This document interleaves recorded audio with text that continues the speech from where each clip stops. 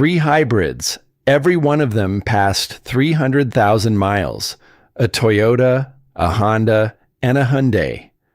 And by the end of this, I'm going to tell you exactly what broke on each one, what the repair actually cost, which parts nobody warns you about, and which of the 3 I'd put my own money on if I had to buy a used hybrid tomorrow with 200,000 miles already on the clock. There is a clear winner. There's also a clear loser. And it is probably not the one you're expecting, because the loser isn't losing for the reason everybody assumes. Here's the assumption, and I want to kill it early. People think the hybrid question is the battery question. They think you drive one of these until the big pack dies, and then it's a $5,000 bill and the car is scrap. That belief has cost more people more money than any actual battery failure ever has, because it drives them into a 15-year-old gas car with a slipping transmission instead. I have had more of these apart than I care to add up. 3rd-generation Prius intake manifolds, specifically. Enough of them that I can tell you which cylinder carbon's up first without pulling a code reader out of the drawer. And in all that time, the traction battery has almost never been the thing that ended a car. Something else always got there first. 3 things I want you to hang on to, because I'm coming back to all of them.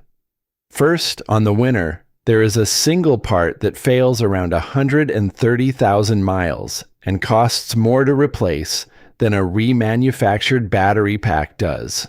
Second, one of these 3 cars has a rubber belt driving a 270-volt component, and when the bearing behind it goes, an owner posted a dealer quote of $5,700. Third, in July of 2010, one of these manufacturers pushed out a software update to cars whose batteries were fading. That update is the reason for the last section of this video, and it ended up in a California courtroom. Let's start with what actually wears out. A hybrid is not a gas car with a battery bolted on. That's the misconception under everything else. It's a completely different arrangement of the same job. And the wear pattern comes out completely different too. In a normal car, the engine runs from the moment you start it to the moment you park. The transmission has clutches and a torque converter that slip and heat and eventually give up. The starter cranks a cold engine 4 times a day for a decade, and the brake pads absorb every bit of energy you ever put into the car. Take that apart. In a full hybrid, the engine shuts off at every light and every coast. Depending on how you drive, it might only be turning for half the time the car is moving. There's no conventional starter motor grinding away, because a big electric machine spins the engine up smoothly in a fraction of a second. No alternator dragging on a belt. And the brakes barely get used because the car slows itself by turning the wheels into a generator and shoving the energy back into the pack. That last one is not a marketing line. On the Honda forums, there are owners past 200,000 miles still on factory pads and rotors, and I have personally pulled wheels off high-mileage hybrids expecting a brake job and found half the friction material still sitting there. So the parts that kill ordinary cars are the parts a hybrid barely stresses. What it stresses instead are things ordinary cars don't have: an inverter full of power transistors, a couple of coolant loops that nobody knows to check, a brake system that has to blend regeneration and friction seamlessly, and an engine that runs in a strange, intermittent, hot then cold then hot cycle nobody designed engines for 50 years ago. Consumer Reports put a number on the net result in their 2026 survey. Ordinary hybrids, not plug-ins, not EVs, averaged about 15% fewer problems than gas-only cars. Out of roughly 30 hybrid models with enough data to score, only 3 came in below average for predicted reliability. Hold that thought, because one of our 3 cars is on that short list. Now, the 3 architectures. These aren't 3 versions of the same idea. They're 3 genuinely different answers, and the differences are exactly why they age differently. Toyota's system has no gearbox in the sense you'd recognize. There's a planetary gearset, a sun gear, a ring gear, and a carrier holding a set of pinions, with the engine on one member, a generator on another, and the drive motor on the third. That's the whole transmission. Toyota calls it a power split device, and everyone else calls it an ECVT, but forget both terms and picture what's physically in there. No clutch packs, no bands, no torque converter, no belt, no shifting, because there's nothing to shift. By the way, if you drive a Toyota and want to keep it running for hundreds of thousands of miles, what you do before something breaks matters far more than most owners realize. That's why I put together the 500K Mile Car Care Bible. It covers 101 habits that can help your Toyota last longer, the warning signs you should never ignore, and how to spot mechanic upsells that quietly drain your wallet. To get your copy, just scan the QR code on screen with your phone's camera, or grab it from the first pinned comment below. The ratio is controlled by varying the speed of the generator electrically, which means the only wear items in the entire unit are gear teeth and bearings sitting in oil, meshed all the time. That's my read on why these transaxles just don't die. There's almost nothing in there capable of dying. The old hands who built industrial reduction gearboxes understood this a century ago. A set of hardened gears in a bath of oil with nothing that slips will outlive everything bolted to it. Honda took a different road with the 2-motor system in the current Accord, CR-V, and Civic. Most of the time, that car is essentially an electric vehicle. The wheels are driven by an electric motor. The gas engine spins a generator to feed it and doesn't touch the wheels at all. Then, at steady highway speed, where a gas engine is finally in its efficient range, a single lock-up clutch closes and connects the engine straight to the wheels in one fixed ratio. One clutch, one gear. No starter, no alternator, no conventional automatic. Mechanically, it's arguably even simpler than Toyota's, and it's a clever piece of engineering that doesn't get enough credit. Hyundai went the conventional way, and this is where the story gets interesting. The Sonata Hybrid keeps a real, honest 6-speed automatic. They pulled out the torque converter and dropped the electric motor into the space where it lived. So it drives like a normal car. It actually shifts. And if you hate the drone of a Toyota under load, you'll prefer it. But keeping a real automatic means keeping everything a real automatic needs, including oil pressure. And with the engine shut off during electric running, there's no engine-driven pump making that pressure. So there's an electric auxiliary pump doing it instead. Remember that pump. Hyundai also needed a way to restart the engine, and they used a hybrid starter generator. An 8.5 kilowatt machine running at 270 volts, bolted to the front of the engine and driven by a belt. A belt on a high voltage component that fires up every time you pull away from a light. That's my long loop number 2, and we're getting to it. Now, what actually fails on each of these past 200,000 miles? Toyota first, since it's the benchmark. If you own a 2010 to 2015 Prius, or a Prius 5, or a Lexus CT, you have a 1.8-liter engine with a cooled exhaust gas recirculation system, and that system is why some of those cars die early. Carbon and oil vapor slowly pack the EGR cooler and the little distribution passages inside the intake manifold. Cylinder 1 blocks first because it's closest to where the gas comes in. Blocked passages mean that cylinder no longer gets its dose of cooled exhaust, combustion temperature climbs where it isn't supposed to, and eventually the head gasket lets go. First symptom is a violent shake and rattle for the first 10 or 15 seconds after a cold start. Then it smooths out, and you convince yourself you imagined it. I want to be careful about how big this problem actually is, because I've seen the internet turn it into a certainty, and it isn't one. A San Francisco shop that specializes in these published their own numbers. Out of 8791 repair orders on 3rd Gen Prius and CT models, 314 had technician notes explicitly mentioning the head gasket. That is not a failure rate. That's the caseload of a shop people specifically drive to when their Prius is sick. Nobody, as far as I can find, has ever published a true fleet-wide failure rate, and I'm not going to invent one. What's solid is the pattern. It shows up between roughly 130 and 200,000 miles, and cleaning the EGR system before it gets there is one of the cheapest insurance policies in the hybrid world. Replace the head gasket without cleaning the EGR and you'll be doing it twice.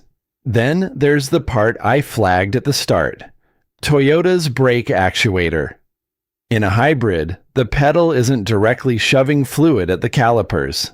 The computer is deciding, moment to moment, how much of your stop comes from the generator and how much from the pads, and a pump and accumulator assembly keeps the hydraulic side pressurized to make that blend invisible. When it starts to fail, you get a whirring noise that runs longer and more often than it used to. And then one day, a dashboard full of warning lights. Specialist shops quote roughly $1,500 to $2,700. Dealer quotes filed with the government's complaint database run 3,000, and I've read 4. That is more than a good remanufactured battery pack costs. Toyota ran a customer support program that extended coverage on it, but those programs have deadlines and mileage caps, and plenty of owners have found out at 150,000 miles that theirs expired. The 3rd Gen inverter is the other one. Excessive voltage in the power module inside it can shut the hybrid system down while you're driving. Toyota recalled for it in 2014, again in 2018, and again in 2020 for 2013 to 2015. Prius in 2014 to 2017. Prius Fabirs, that last one covering about 267,000 cars in the US. The fix was a software update with inverter replacement for cars that had already failed. Reporting at the time indicates Toyota also stretched inverter coverage on the 2010 to 2014 cars out to 15 years with no mileage cap. If you're shopping one of these, that history is worth 10 minutes on the government recall lookup with the actual VIN. Notice what is not on that Toyota list. The transaxle, the traction battery. Taxi fleets have run Priuses past 300,000 miles on original packs. And there's a documented Austrian taxi that went past 600,000. When a Toyota pack does fade, it fades. Your mileage drops from 50 to 42, and you have months to make a decision, rather than a Tuesday morning where the car simply won't move. Honda next, and here I have to split the answer in two, because Honda ran 2 completely different hybrid systems, and lumping them together is how bad advice gets made. The old one, integrated motor assist, put a thin electric motor between the engine and the transmission. It could never drive the car by itself. It just helped. And in the 2006 to 2008 Civic Hybrid especially, those packs degraded early. There are owners on record who went through batteries at 45,000 and again at 53,000 miles. Even the 2005 Accord Hybrid, a much better liked car, has owners reporting the assist light coming on around 250,000. That's not a bad life, but it's a system with a known ceiling. The 2-motor system that replaced it is a different animal, and it's genuinely good. On the Accord forum, there's a single owner 2015 that crossed 300,000 miles on the original hybrid cells, oil every 10,000, plugs at 100,000, transmission fluid at 150, still on the original brake pads, and he'd replaced the 12-volt battery 3 times. 3 12-volt batteries and no hybrid battery. That's the whole story of these cars in one sentence, because that's where Honda's problems live now. The small stuff. The little 12-volt battery works harder than you'd think and goes flat if the car sits. There's a coolant pump for the power control unit that gets replaced at high mileage. Reliability data on the CR-V and Civic hybrids shows electrical and software gripes, not mechanical ones. Consumer Reports has the CR-V hybrid at the top of its segment for the 2026 model year, and Honda's 4th overall for brand reliability.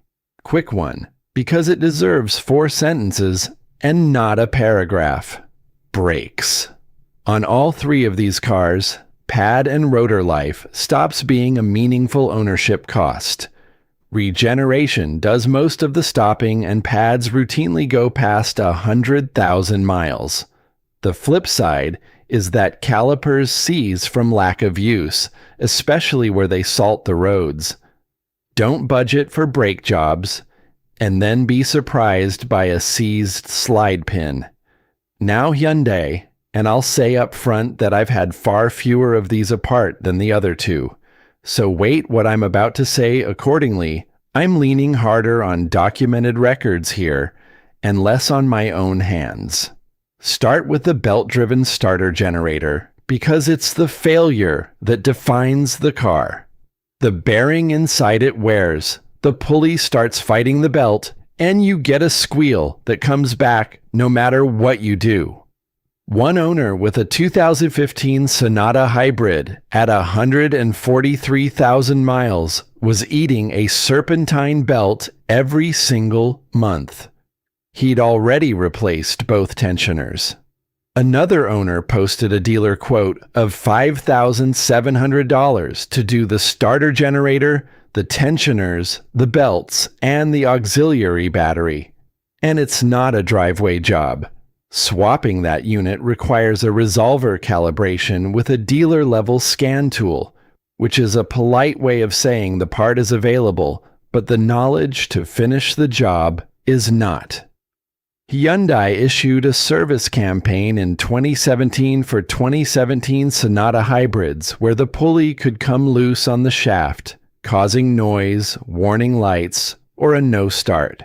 Second, the transmission's electric oil pump. Complaints filed with the safety regulator include a 2011 Sonata Hybrid that stalled repeatedly and needed the transmission, the electric motor, and the pump replaced at 66,000 miles, and a 2012 that went through a pump, an inhibitor switch, an auxiliary battery, and finally a whole transmission, and still wasn't fixed. Techs who do these regularly warn that the pump's drive gear can spin on the motor shaft. When the pump quits, the transmission loses pressure, and a 6-speed automatic without pressure is a very expensive paperweight. Third, the engine. The Theta 2 family became the largest engine defect story of the last decade. Metal debris left in the crankshaft oil passages from machining, restricted oil flow to the rod bearings, bearing wear, knock, stall, in some cases, fire. In November of 2020, Hyundai and Kia agreed to consent orders with the federal safety regulator carrying combined civil penalties of $210 million over untimely recalls of more than 1.6 million vehicles. Now, the hybrid used the multi-port version of that engine, rather than the direct injection one.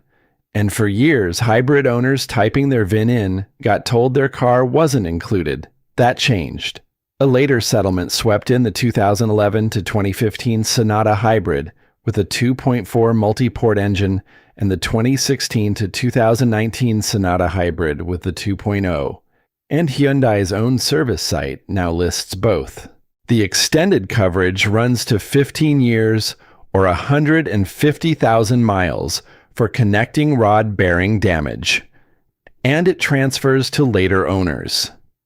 but you generally have to have the knock sensor detection software installed at a dealer to qualify. Read that last part slowly, because it's the shape of the whole thing. The software doesn't fix the bearing.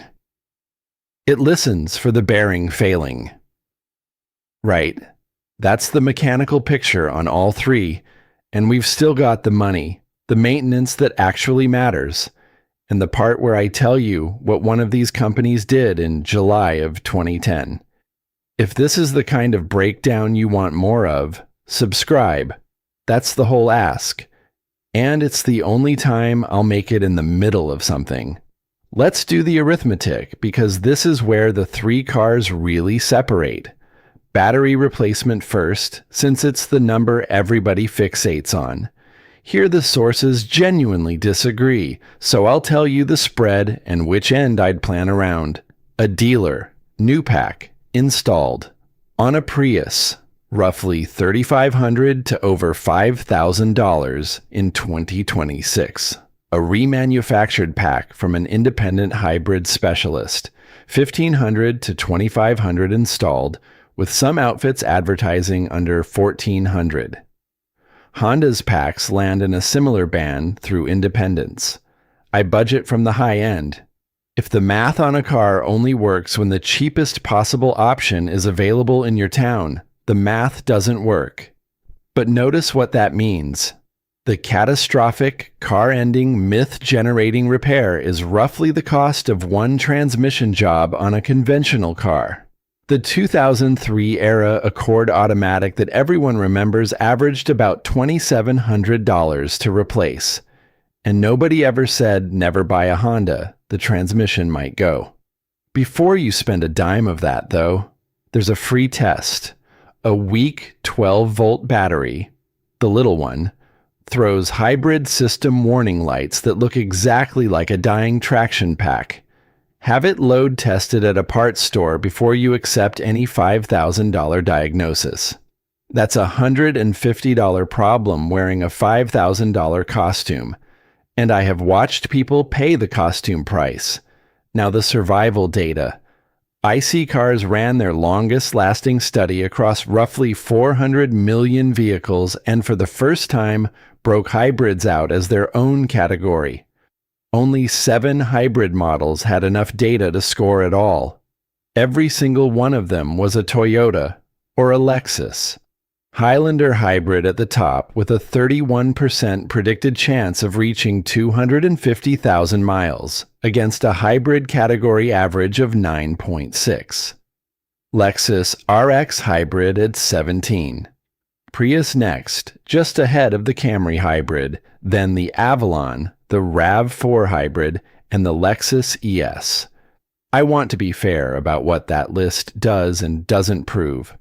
Honda and Hyundai aren't on it because their hybrid models didn't have enough registered data to model. Not because they flunked. The two-motor Honda hasn't been in mass circulation long enough to have a big population of 250,000-mile examples yet. Absence of evidence, not evidence of absence. But it does tell you something on its own. When you ask which hybrids have already been driven far enough, in large enough numbers to prove anything at all, the answer is Toyotas. A word on the maintenance that actually decides this, because it's short and cheap and almost nobody does it. Hybrids have a second cooling loop for the inverter and the power electronics, entirely separate from the engines. It has its own reservoir and its own little electric pump. That pump fails silently, the inverter cooks, and you get a repair bill with 4 digits on it. Check that reservoir. Second, every one of these cars pulls cabin air through the battery pack to cool it, through a vent that's usually behind the rear seat, and it fills up with dust and dog hair and whatever's living under your seat. Heat is what kills packs. That vent is your pack's only defense, and cleaning it takes 10 minutes. Third, Toyota's transaxle oil. The manual will let you leave it alone far longer than I would. Gears in oil last forever. Gears in worn-out oil don't. And here's the thing about how these cars are actually used. iSeeCars found conventional hybrids get driven about 10% more miles per year than gas cars. People buy them to rack up mileage, which brings me to the part I have been holding back. In July of 2010, Honda pushed a software update to the integrated motor assist system in 2006, 2007, and 2008 Civic hybrids. Those cars had a known problem. The batteries were losing capacity well inside the life any reasonable owner expected. The update was presented as a fix. Owners said what they got instead was a car that drove worse and used more gas. Some reported dropping into the low 30s, and one owner who'd been advertised 50 said hers fell into the high 20s after the update. Those claims ended up in court in a case called Lockerbie, alongside an earlier suit over the advertised fuel economy. A separate federal class action put the accusation in plainer language than I would have dared. It alleged the software installations didn't solve the defect and were, in the filing's words, an attempt to postpone Honda's warranty obligations and conceal how deteriorated the batteries actually were by making the equipment read usable capacity differently. I want to be precise here. Honda denied all of it, and the court record includes plenty of owners who were perfectly happy with their cars and hit the advertised numbers. What isn't in dispute is what was on the table when it settled in March of 2012, covering 2003 through 2009 Civic hybrids. If you were dissatisfied with your fuel economy, $100. If you were also in the subclass unhappy about your battery or that July 2010 update, another $100, plus a rebate certificate of $500 or $1,000. Toward the purchase or lease of another Honda. Reported estimates of the deal's total value ran as high as $460 million, with attorney's fees north of $8 million. So follow the flow of that. Your battery degrades. The remedy is a software change to how the battery is managed. Your compensation is $200 cash and a coupon that only converts to value if you hand Honda another 20-something thousand. One owner, a former defense attorney named Heather Peters, opted out and took Honda to small claims court in Torrance in January of 2012, where the limit had just risen to $10,000. She was awarded nearly $10,000. Honda appealed. And I'm not letting our winner off either, because Toyota did a version of the same thing. The inverter problem in the third-generation Prius, a hardware fault, transistors overheating, was addressed first with a software update, and some owners said that update cost them fuel economy too. Then Toyota had to come back and recall those cars again. And again. That's the sentence I want you to carry out of here. When a company knows a physical part is failing and what they mail you is a software change, you have not been repaired. You've been reclassified. The part is still failing at exactly the rate it was failing before. The computer has simply been taught to have different opinions about it. It is the cheapest possible response to an expensive problem, and it works because the update happens in 11 minutes in a service bay, and nobody hands you a piece of paper saying what changed. Hyundai's knock sensor software is the honest version of the same idea. At least there they'll tell you outright that it's monitoring, not mending, and there's a 15-year warranty stapled to it. Ask every time what the update physically changes. If the answer is only how the car reports its own condition, you have your answer about what they think it's worth to fix properly. Here's what I actually think all this adds up to, and it isn't about hybrids. The reason Toyota's system survives 300,000 miles is not that Toyota is more virtuous than anybody else.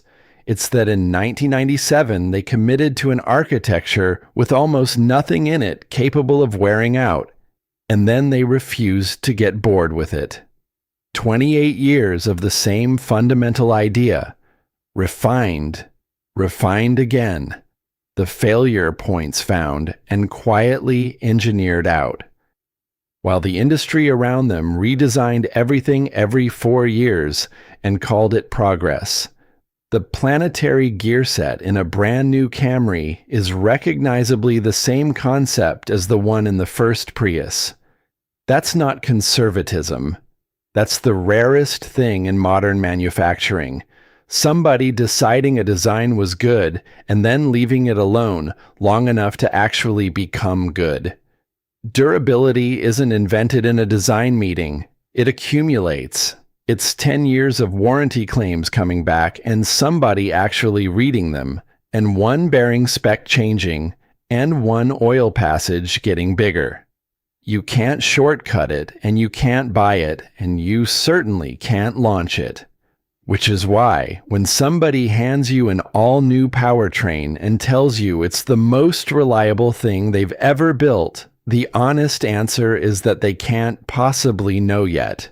The only cars that have proven they last 300,000 miles are the ones that have already done it.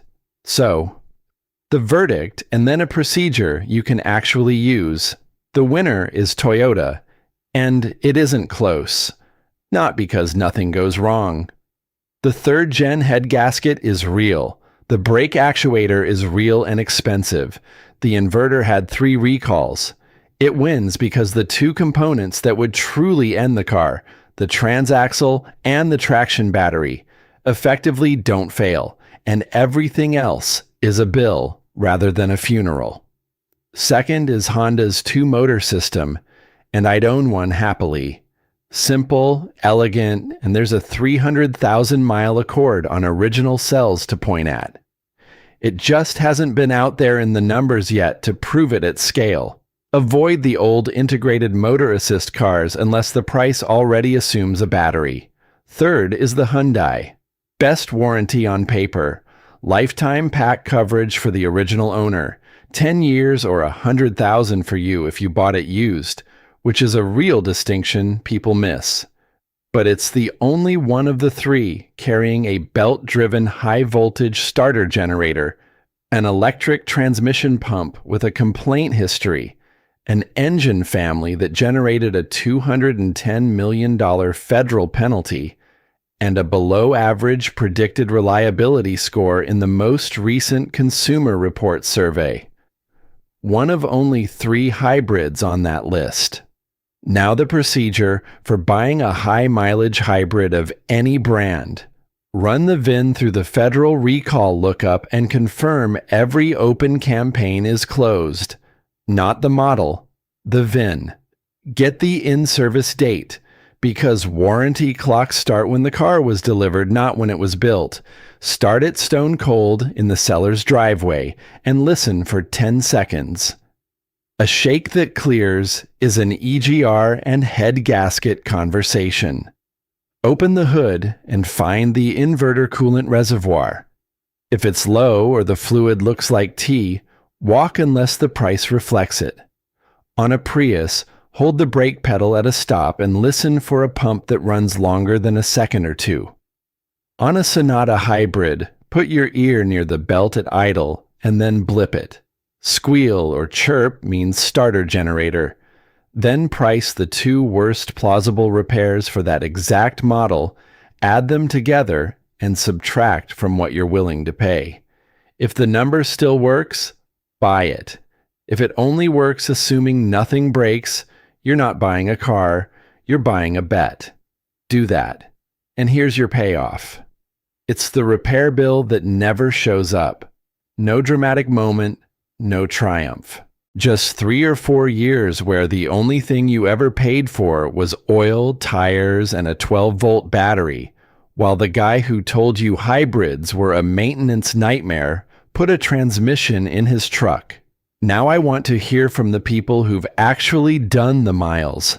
Not what you read, what your odometer says right now, what's still original on it, and what finally broke, and what it cost you.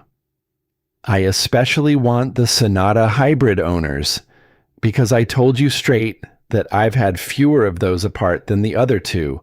And if you're sitting on one at 250,000 miles with nothing but belts and oil in the logbook, say so and say it loudly. Same goes for anyone who thinks I got the EGR story wrong or has real numbers on the head gasket rate. I've looked and I couldn't find a proper one. And I'd genuinely rather be corrected than be confidently wrong in front of a few thousand people. I do read them, all of them, and the good ones end up shaping what I dig into next. There's one thread I deliberately didn't pull on today.